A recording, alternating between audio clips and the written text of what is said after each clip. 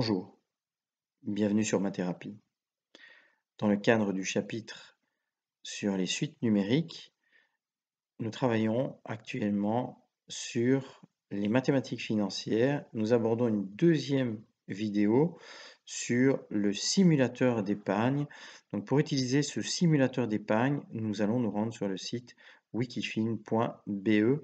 Donc ce projet Wikifin, c'est une initiative de l'autorité des services et des marchés financiers, donc la FSMA.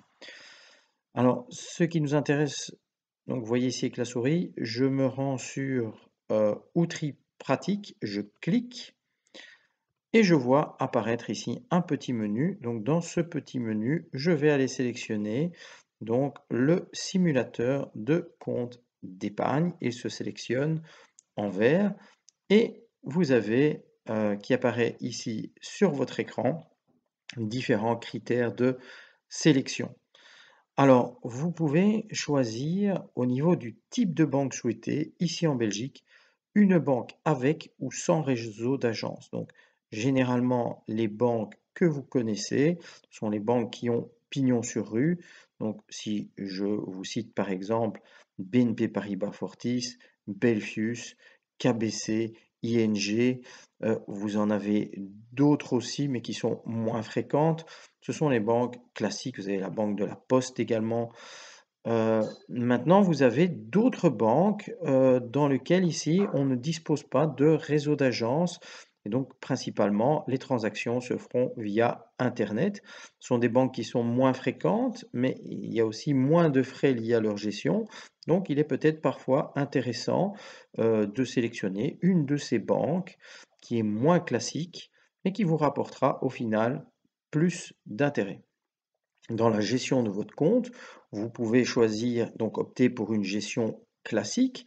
Et donc, quand vous vous rendez dans votre banque au niveau de votre guichet, vous allez à l'automate pour gérer vous-même sur place vos opérations, vos transactions financières, ou alors vous optez pour une gestion par Internet à la maison. Vous avez la possibilité de choisir un compte jeune si vous avez moins de 18 ans ou si vous êtes un adulte, de ne pas choisir ce compte jeune. Et puis en bas, dans l'investissement, vous pouvez choisir un montant initial que vous déposez sur votre livret d'épargne et régulièrement, donc ça ce sera dans une prochaine étape, nous pourrons chaque mois économiser de l'argent, donc placer un montant mensuel régulier sur notre livret d'épargne. Ça fera l'objet d'une prochaine partie dans la capitalisation, donc constitution d'un capital. Je verrai ça avec vous dans une prochaine vidéo. Donc ici, par exemple, je sélectionne une banque classique avec réseau d'agence.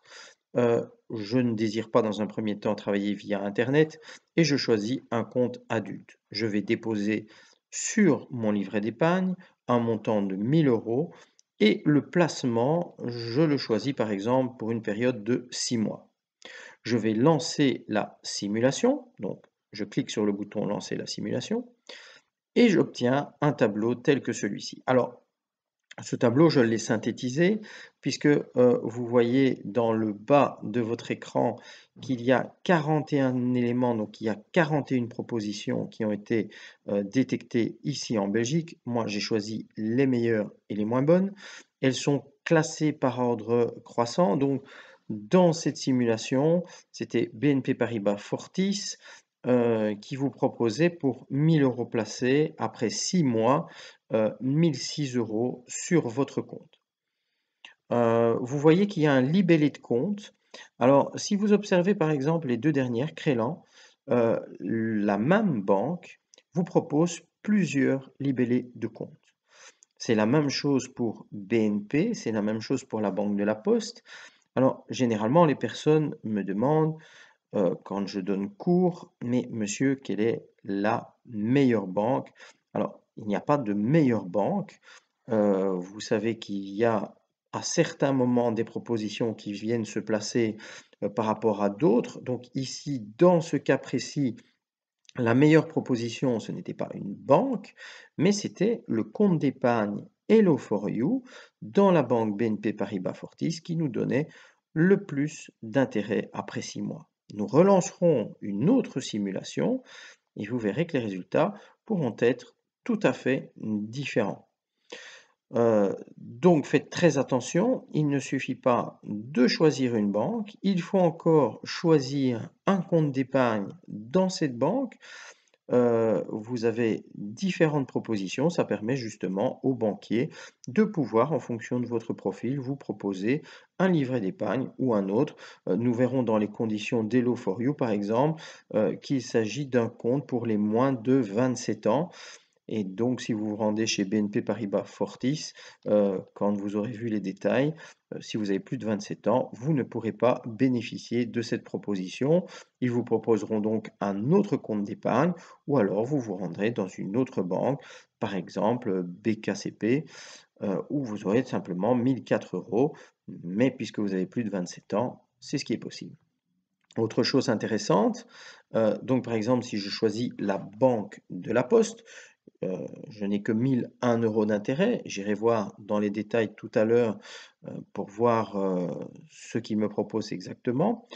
Heu, c'est qu'on travaille avec un système européen. Donc ici, le pays, c'est la Belgique, le pays du fonds de protection. C'est important également de savoir que en cas de faillite de la banque, il y a une assurance qui protège et alors on verra, de quel montant, on parle. Ils sont protégés sur votre livret d'épargne et donc cette assurance vous permettra un remboursement jusque c'est 100 000 € actuellement sur votre livret d'épargne. Vous perdrez bien entendu les intérêts. Petit inconvénient, si une banque tombe en faillite et qu'elle n'est pas reprise par une autre banque, c'est que non seulement vous perdez vos intérêts, mais la procédure est assez longue et il faut plusieurs années pour récupérer son argent. Si vous souhaitez acheter par exemple un bien immobilier et que vous avez besoin de cet argent et que votre argent est bloqué parce que la banque sur laquelle vous avez déposé votre argent est en faillite, eh bien, vous ne pourrez pas acquérir ce bien immobilier. Donc, il faudra faire très attention, ne pas forcément choisir la banque qui se trouve tout en haut de la liste, mais venir choisir une banque qui correspond à votre profil. Ça, ce sera l'objet d'une vidéo suivante. Donc, si vous retirez les 1 000 € après 6 mois et que vous choisissez la banque de la Poste le 9 juillet 2019, puisque j'ai déposé mon argent le 9 janvier 2019, le capital disponible sur votre compte sera de 1 001 €. On arrondit à l'euro, pas au cent près, dans le simulateur. On verra comment ça fonctionne. Dans une prochaine vidéo, je vais vous parler du mode de calcul du simulateur d'épargne. Donc, je vous retrouve très bientôt sur ma thérapie. J'espère que j'ai été clair. À bientôt. Au revoir.